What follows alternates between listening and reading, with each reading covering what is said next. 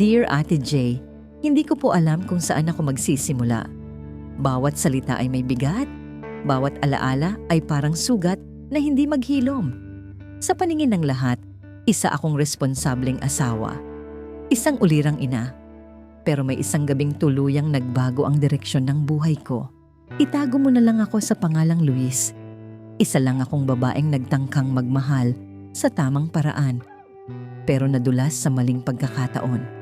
Ngayon, habang pinapanood kong lumalaki ang dalawang anak ko, alam kong isa sa kanila ay bunga ng isang gabi ng pagkakamali. At hanggang ngayon, hindi pa rin yun alam ng asawa ko. Ate J, ito po ang lihim ko. Ito ang kwento ko. Sa simula, wala akong hihilingin pa. Ang asawa kong si Edgar ay mabait, responsable, hindi marunong magbisyo, at ginagawa ang lahat para sa pamilya namin. 2 taon kaming nagsama bilang mag-asawa bago kami biniyayaan ng aming panganay na si Caleb. Lahat ng kapitbahay sinasabi, napakaswerte mo kay Edgar.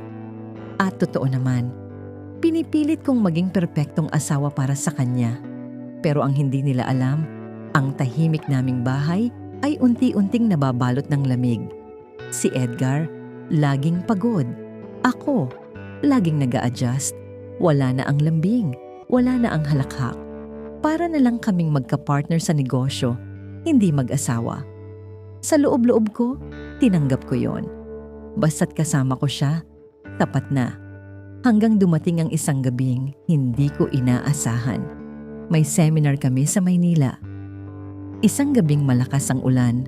Stranded ang halos lahat sa hotel kung saan ginanap ang event. Isa siya sa mga speaker, si Nathan. Matangkad, matalino, mahusay magsalita. Hindi ko siya kilala noon, pero tila may hatak ang kanyang presensya. Nagkatabi kami sa dinner, nagkausap, nagkasundo sa maraming bagay. Madalas siyang magbiro. Ako na may matagal nang walang kausap na lalaki na nagbibigay pansin sa simpleng kwento ko. Sa totoo lang, hindi ko plano ang sumama. Hindi ko inisip. Pero nang sabay kaming maglakad pabalik sa kwarto, huminto siya. Maulan. Gabi na. Hindi ka ba natatakot matulog mag-isa? Sabay ngiti. At doon ko naramdaman ang kawalang sigla sa akin.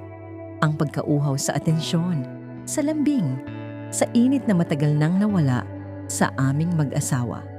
Nagising akong wala na siya. Naiwan lang ang isang sulat. Salamat sa gabing ito. Hindi ko na muling ipaparamdam sa iyo ang kasalanan. Paalam. Pagkalipas ng buwan, naramdaman ko ang kakaibang hilo. Akala ko stress lang. Pero nang magpa-check up ako, buntis ako. Ang una kong reaksyon, saka ko na lang iisipin. Baka naman kay Edgar. Nagtalik din naman kami minsan sa buwang yon. Pero habang lumalaki ang tiyan ko, bumibigat ang kutob ko. Pagsapit ng 3 buwan malinaw sa akin, may posibilidad na hindi kay Edgar ang dinadala ko. Naisip kong ipalaglag, pero hindi ko kinaya.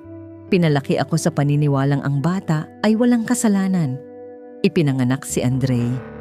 Kayumanggi ang balat, matangos ang ilong. Hindi gaanong hawig kay Edgar, pero tinanggap niya ito, buong puso.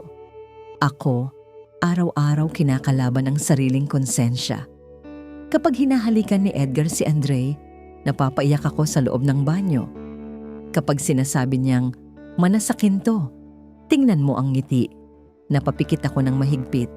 Hindi niya alam na baka hindi sa kanya ang batang mahal na mahal niya. Lumipas ang 5 taon. Si Caleb at Andre magkasundo. Wala silang alam sa sikreto ng ina nila. Ako naman, tinanggap kong yun na ang magiging misyon ko sa buhay. Ang alagaan silang dalawa at itago ang kasalanan ko. Hanggang sa isang araw, nakita ko si Nathan sa mall. Kasama ang kanyang pamilya, may asawa na, may 2 anak. Nagtama ang aming mga mata, natigilan siya, ngumiti, tumango. Lumapit at binulong. Nagtagpo rin tayo muli, pero wag kang mag-alala, hindi ko sisirain ang buhay mo. At umalis siyang muli. Dahil sa pagkikita naming yon, nagdesisyon akong magsulat ng liham para kay Edgar. Hindi ko kayang sabihin ng harapan Pero gusto kong malaman niya ang totoo. Kahit mahuli na, inilagay ko sa kahon ng aming mga alaala. Isang araw, nagbakasyon sila ng mga bata sa bahay ng biyenan ko. Naiwan akong mag-isa. Pagbalik nila, may pagbabago kay Edgar. Tahimik, hindi gaya ng dati. Hanggang sa dumating siya sa kwarto, dala ang liham. Matagal ko na itong nabasa, anya.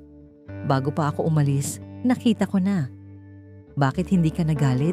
Tanong ko. Sumagot siya. Dahil kahit kailan, hindi ako nagmahal ng perpekto. Ikaw ang pinili ko noon. At pipiliin pa rin kita ngayon. Sa gabing yon, sinabi namin sa isa't isa ang lahat. Pati ang mga takot, ang mga tanong, at ang mga sakit. Hindi namin kailangang sabihin sa mga bata ang totoo. Dahil si Edgar, piniling maging ama. Hindi dahil sa dugo, kundi dahil sa puso. At ako, piniling maging ina sa kabila ng kasalanan at nagsimulang maging totoo. Mga ka-confess, yan ang kwento ni Luis, isang ina, isang asawa, isang babaeng minsan nagkamali. Pero sa huli, piniling itama ang lahat sa pamamagitan ng katapatan. Hindi madali ang magpatawad, lalo na kung sarili mo ang kailangan mong patawarin. Pero sa pag-amin, natututunan niyang mahalin muli ang sarili at mahalin ang pamilya sa kabila ng lahat. Maraming salamat sa pakikinig, mga ka-confess. Kung nabitin kayo sa damdamin, kung napaluha o napaisip, huwag kalimutang i-like, i-share, mag-comment at mag-subscribe sa YouTube channel ng Tagalog Wild Confession. Ako po si Ate J at ito ang mga kwentong hindi mo kayang ikwento kahit kanino. Pero dito, ligtas kang maglabas ng lihim. Hanggang sa muli.